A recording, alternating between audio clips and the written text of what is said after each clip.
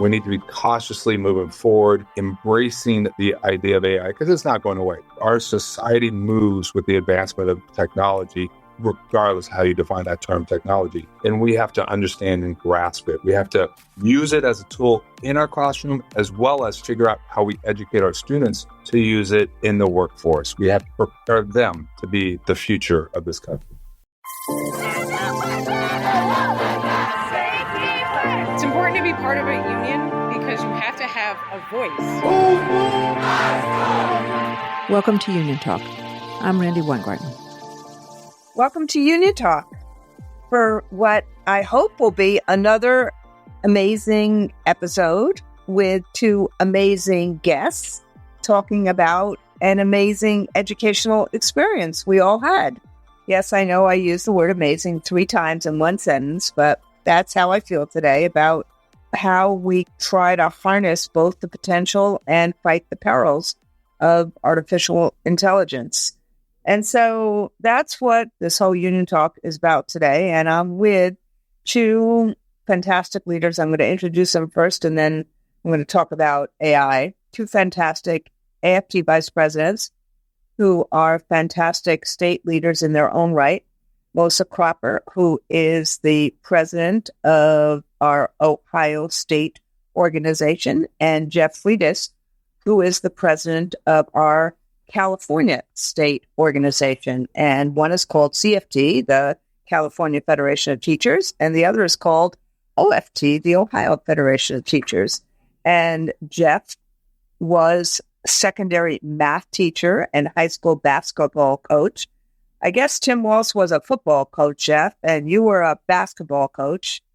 But it's pretty amazing to see all these coaches romp in the political atmosphere of that we're in.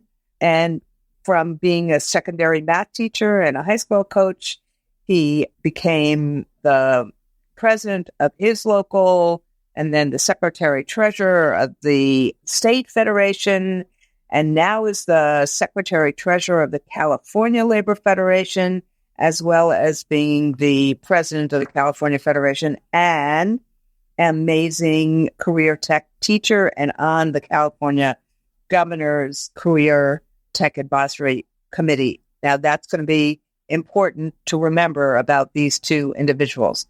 Now, Melissa, I have known probably for a lifetime, Melissa. I think we've known each other for over 20 plus years. Melissa started as a library media specialist from the Georgetown Exempted Village School District, which is a rural school district in Ohio. She's now the president of the Ohio Federation of Teachers and has been for about a decade or so.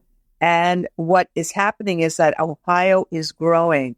Our federation, even with everything that's going on in Ohio, librarians, charter schools, we have also a real linkage with the Ohio Nurses Association and with the AAUP unit in Ohio, which is one of the largest higher ed units in the country. And that's because, just like Jeff, Melissa understands how to create coalitions. She's also the secretary treasurer of the Ohio AFL-CIO. She was absolutely indispensable when we rebuffed Ballot Initiative 5 that tried to take away bargaining rights for public employees. But what is happening in a state like Ohio is that Melissa has really been key and indispensable for safeguarding public education. So I'm really glad to have both Jeff and Melissa with me talking about this issue around generative AI. Now, AI is not going anywhere. All year long, people are saying and seeing it and just trying to figure out, what do we do? Do we try to block it? Do we try to harness it? Do we try to use it? What happens about disinformation? What happens about privacy issues? What happens about security issues? Is somebody going to try to replace teachers, or they're going to try to replace other people? There are tons and tons and tons of these kind of questions. And so what our union has tried to do is basically say, let's try to reap the benefits of AI. Let's try to manage the risks. We have to be involved and engaged. We have to become fluent in it. And so we launched a bevy of resources, including coming up with guardrails that we put out in the spring. We have done a bunch of things with Share My Lesson called the AI Educator Brain. We have grants out to our locals, 11 of them, trying to figure out how to use it in a positive way. And we have, and this is pretty unique for us, we now have a partnership with Microsoft, and we did a joint symposium this week with Microsoft on how unions and teachers can be really, really, really involved in the development of these tools. And before I go to my first question, I want to actually just really say one of the things that impressed me about what Microsoft did, and we had a panel with one of their vice presidents, Amy Pannoni, who said very clearly at the end of our panel that Microsoft's intention is to ensure that teachers and human beings are responsible for these tools, that teachers cannot be replaced, that these tools are about supplementing what educators do, not replacing or supplanting them. And so that's part of what we did this week to try to harness the potential of AI as we are trying to fight off and fend off what we know are real perils. So that kind of leads me to both of you, which is just in general, agree or disagree with kind of the big picture that I just laid out in terms of what's happening in Ohio and California on this whole issue of AI. Are our members going, or are they going, let's try to figure out how to use this, or something in between? Well, thanks, Randy. I'll jump in first. So first of all, thanks for the symposium. The symposium was fantastic, and just the fact that we have this partnership with Microsoft and the ability to have a voice at the table is just absolutely huge in my world. But to answer your question, it's a mixture of both. I mean, we have some people who are like, what are we going to do with this? Or even like running away from it. But then we had a pretty strong contingency from Ohio at the symposium. We have people who are out there who have already been using AI and who really want to dig into it deeper and figure out not only how to incorporate it into the classroom, but how to guide others in using it. So it's all over the place. But I think everyone, regardless of how they feel about it, everyone is looking for some guidance as to next steps. I think there's this general agreement that it's here, our students are using it, and so whether they like it or not, they want to figure out, what do I do with it? Right. Thank you, Melissa. Jeff. Absolutely, Randy. As educators, we've been having to deal with technology and the change of technology for decades, if not centuries, if you really want to go back to the invention of the printing press. This, however, is a lot faster than anything we've ever seen before. As when ChatGPT first came out, as a math teacher, I'm like, oh, that's just calculators for English teachers. And I kind of joked and I said, we just have to adapt. I was a high school math teacher. We got the graphing calculator, and we learned how to adapt and use that particular technology. With some caveats, this is how many people are seeing it. At the symposium, that's what we saw. We brought in our own members to demonstrate how they have captured this technology and move to the next step. But we also need to be a part of it. As you've seen in the California legislation or in the AFT guidelines or the California guidelines, educators must be central in discussing how it's used, when it's used, who controls that use, and the other aspects, all the aspects of what AI is. It's a little more different than just a graphing calculator, but it's still, even when we had graphing calculators, we had control when they were used. We, the educators in the classroom, had control when they were used. Could they be used on tests? Could they not be used on tests? And so forth. The same rules need to apply with AI. We need to be cautiously moving forward, embracing the idea of AI, because it's not going away. Our society moves with the advancement of technology, regardless how you define that term, technology. And we have to understand and grasp it. We have to use it as a tool in our classroom, as well as figure out how we educate our students to use it in the workforce. We have to prepare them to be the future of this country. So both of you are saying And we heard this in our task force as well, the task force on the guardrails. And that task force is member driven from around the country. But I'm hearing both of you saying that the teacher has to be central, has to have autonomy, and there has to be this big, basically philosophical agreement that it was good to hear from one of the largest companies of the world that one cannot supplant teachers. So it's not only understanding that teachers are here to stay and that the work we do, relational building, critical thinking, regardless of this tool, these things are absolutely indispensable. I hear both of you saying that. I heard the Microsoft saying that. And I hear both of you saying that teachers have to have some degree of autonomy and discretion as well, and time to actually figure out what to do. And so before I get to the guardrails, I want to talk about that a little bit. I found at the symposium, and I want to ask because both of you were there the whole time, something really unique in that our members were really engaged with the developers from Microsoft in the tool itself and the nitty-gritty of using the tool, and then also had amazing ideas about how to create equity.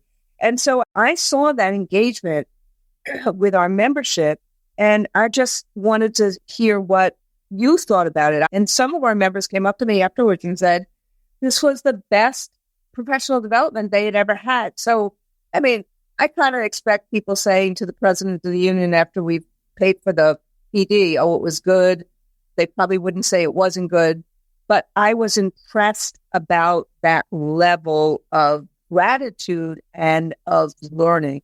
So did you get that same, tell me your experiences there and the members that you brought with you, their experiences. So actually, on Tuesday morning, before we finished, I had breakfast with my members from Ohio. And yes, that's exactly what they were saying, how much they appreciated the opportunity to give input. And they were very excited about the opportunity. They loved the breakout sessions where they were able to hear from other educators how they're using this technology. And then they appreciated the opportunity to give some feedback.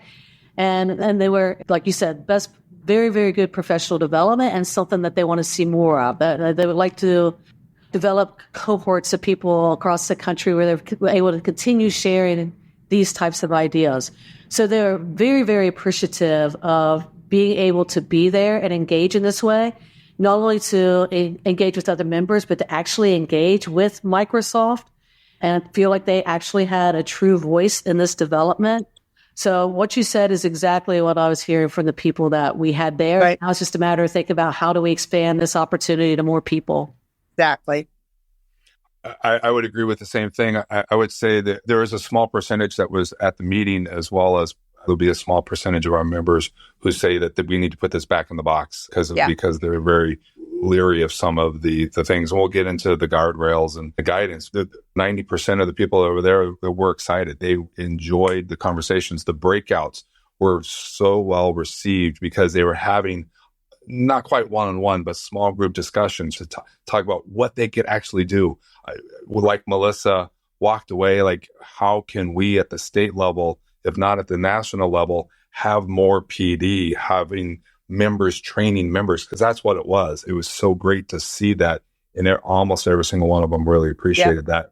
And they all had the equity lenses on. Like, how do we make sure that this not only reaches, but it is not overused by certain communities, underrepresented communities, and how we protect them as well as advance them. Yeah. I mean, we talked about how they were able to give their ideas, but I think the other part of what made the symposium really rich was the opportunity to talk about what are the potential pitfalls and how you're dealing with those pitfalls and being able to put those scenarios out there and discuss them. So it was not only about how am I using this as a tool in my classroom, but it was a sharing of ideas amongst members about, we know this could potentially be a problem. How do we deal with that problem? How do we get in front of this? And I thought, so let's get to those things. I found, as both of you were talking, what also was obvious to me, which never happens between teachers and corporations, was a sense of mutual respect the developers from Microsoft and the mucky mucks from Microsoft really, really were in awe of our members and their caring about kids and fluency about the work that they do. And you could see over the course of those 2-3 days, that kind of respect for each other's expertise grow. And normally we're talked down to so much by outside corporate elites. And I think that this was a real difference. So I also think that I want to get to this point about the guardrails and making them alive. Rob Weil, who was one of the people who kind of leads this work for the AF, quipped to me at one point or another, we're going to soon have guardrails 2.0 because as people get deeper into it, they do the problem solving about how to actually deal with the perils. And so give me an example. I mean, these were the 6 guardrails that we put out in our guardrails document. And for those who want it, you can get it at the AFT.org website. It's pretty easy to find it. So instead of me giving you a whole big link, just go to AFT.org, search guardrails, and you'll get it. You can also go to Share My Lesson, search AI Educator Brain, and you'll get that stuff as well. But the 6 of them are maximize safety and privacy, 2, promote human interaction and individuality, 3, empower educators to make education decisions, 4, advance equity and fairness, which is what you were just talking about, Jeff, 5, advance democracy, and 6, teach digital citizenship and balance. I think the safety and privacy and dealing with disinformation and misinformation are probably pretty obvious, and those are going to take a whole bunch of not only the companies doing their work and dealing with how to contain the algorithm, but it's also going to take some governmental intervention on this stuff. But you, Jeff, were starting to talk about equity and the huge inequalities we see because of the digital divide already. I'd love you to talk about that one and what you saw and your thoughts.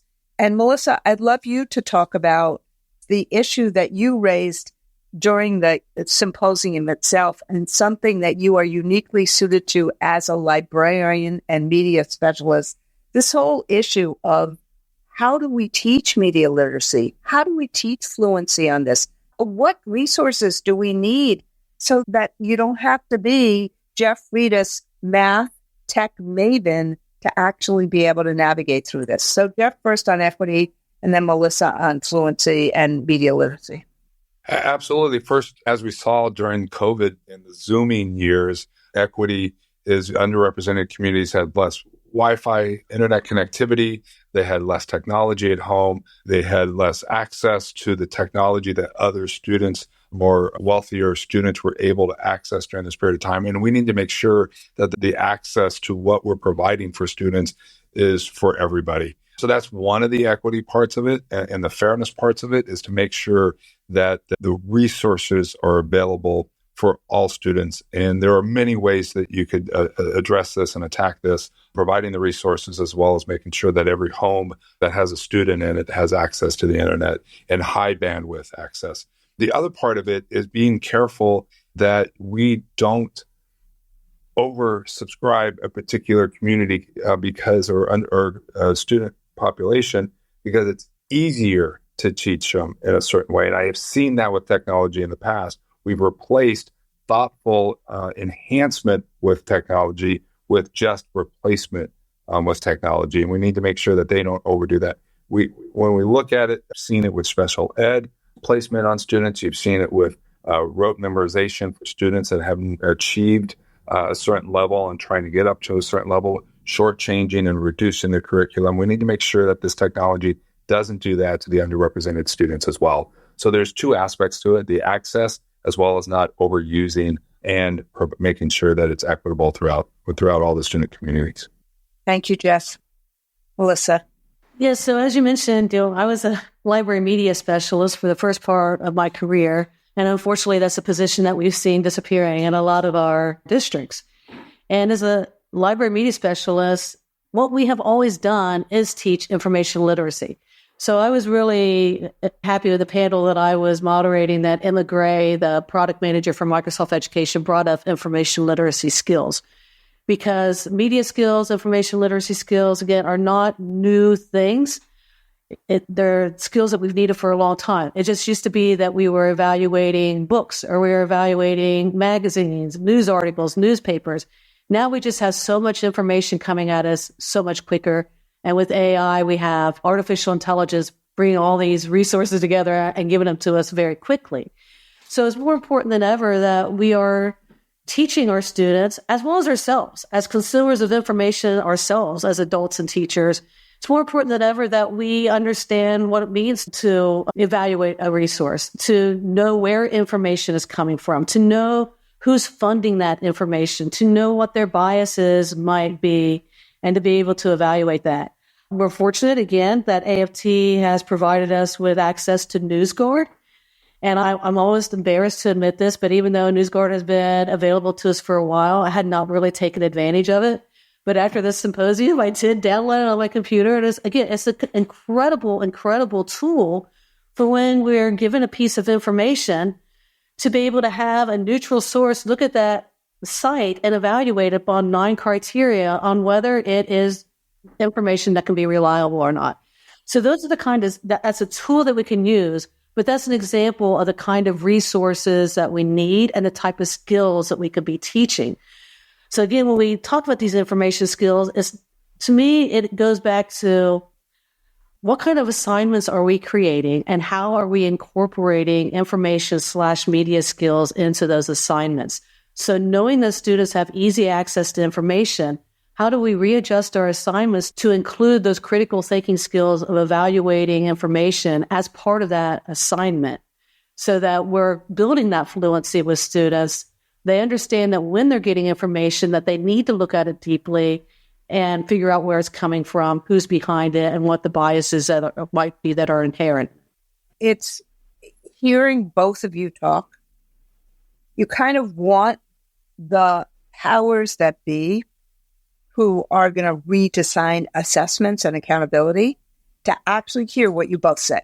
Yes. Because what tends to happen is all of these really important factors and ways of teaching, which is what teachers go through all the time, it is the kind of added on, not the essential classroom behavior. And so I'm wondering, and I know we don't have that much time, but I'm wondering, look, California was one of the first states to implement the AI guidelines for classrooms.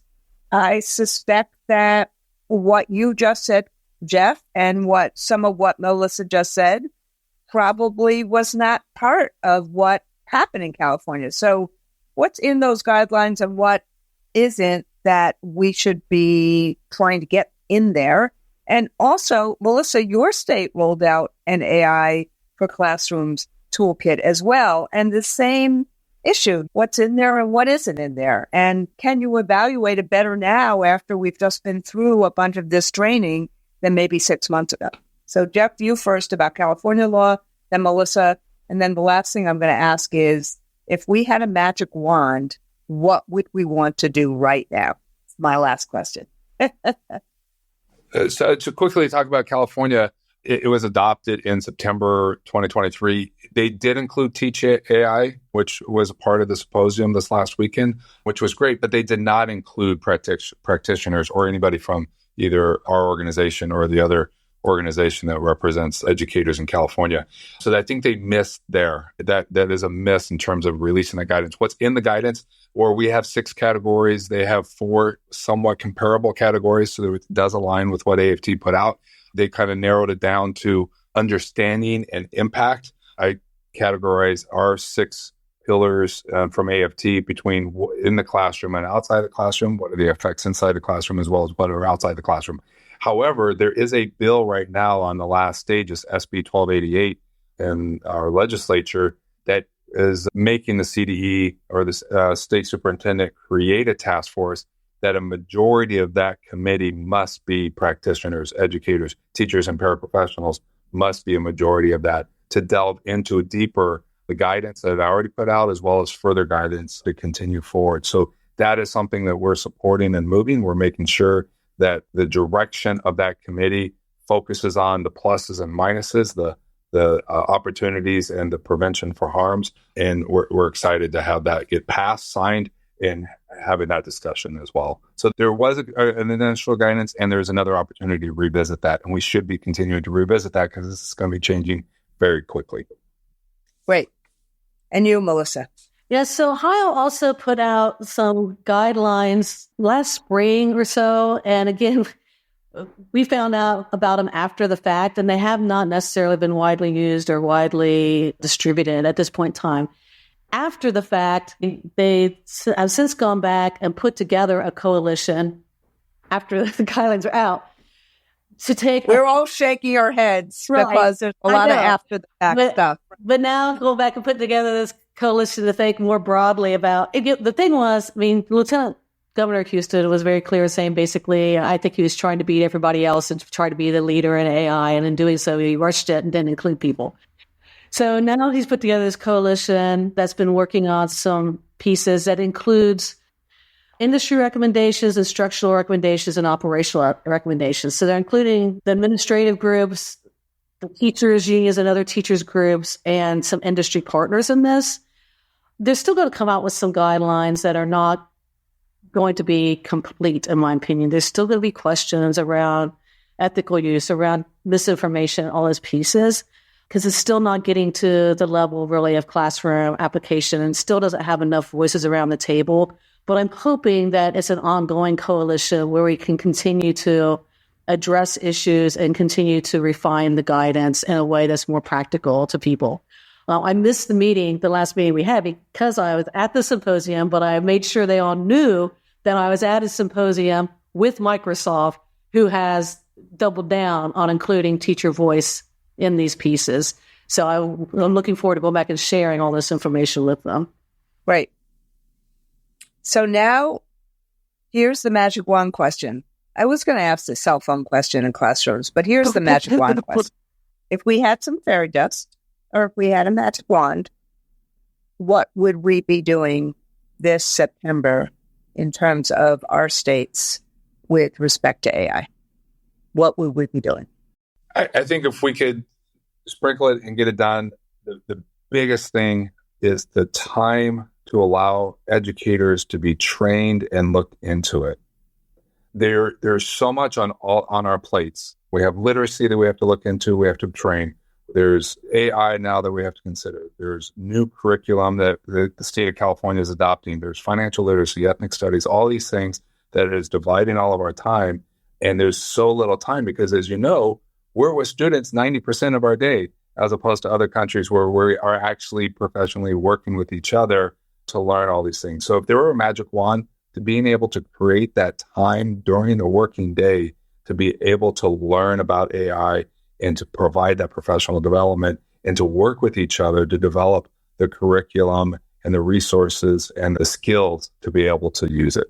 Thank you, Jeff. I know we're on a podcast, so most of us can't see us talking, but I just got my magic wand off my desk, and I am actually just sprinkling some fairy dust just in case. Well, what Jeff said is a very good answer. And I include with that, we would have cohorts already up and running who are sharing ideas and beliefs. But if we wanted to go deep magic, I would say that we would already be at a level where standardized testing is gone. And we are doubling down on how are we actually dealing with information and teaching our students critical thinking skills and doing deeper learning than teaching to the test. Fantastic. Well, I hope everybody who was listening or has been listening understands why I wanted both Jeff and Melissa to be on this podcast. One of our recent podcasts, we had one of our other colleagues, Dan Montgomery, on. We've had Melinda Person and Michael Mulder on. These are amazing leaders, folks, in terms of what they know and what they represent. And I'm really so proud to serve with both you, Melissa, and you, Jeff. And I would say, in my answer to this question as well, in order to actually use this new technology, we got to level the playing field.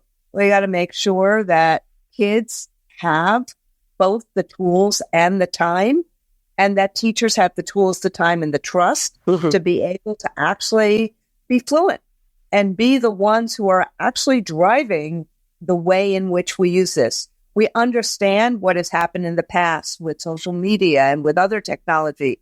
We are trying to say, let's learn from those mistakes about equity, and also let's actually have that time. And as Melissa said, let's actually use this opportunity to really kind of rethink and transform public education, which means transforming our accountability system. So we're not in an accountability system from the last century when we were trying to deal with everything we need to deal with in this century. And I would actually add one more thing, which is elections do matter.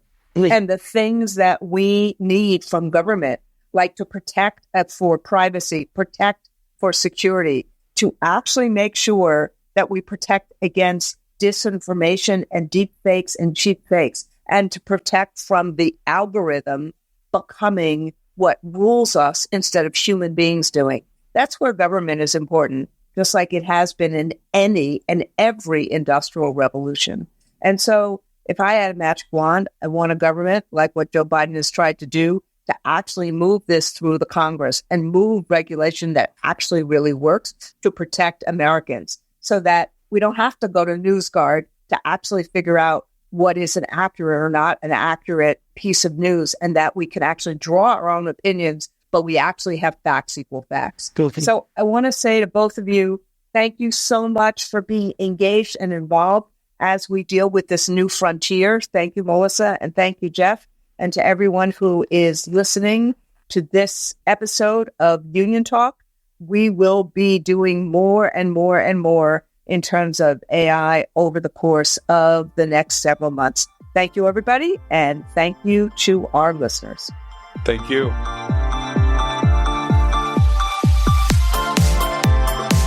I hope you enjoyed this episode of Union Talk. Remember to subscribe wherever you listen to your podcast and tune in every other week for a new episode. Thank you, be safe, and be well.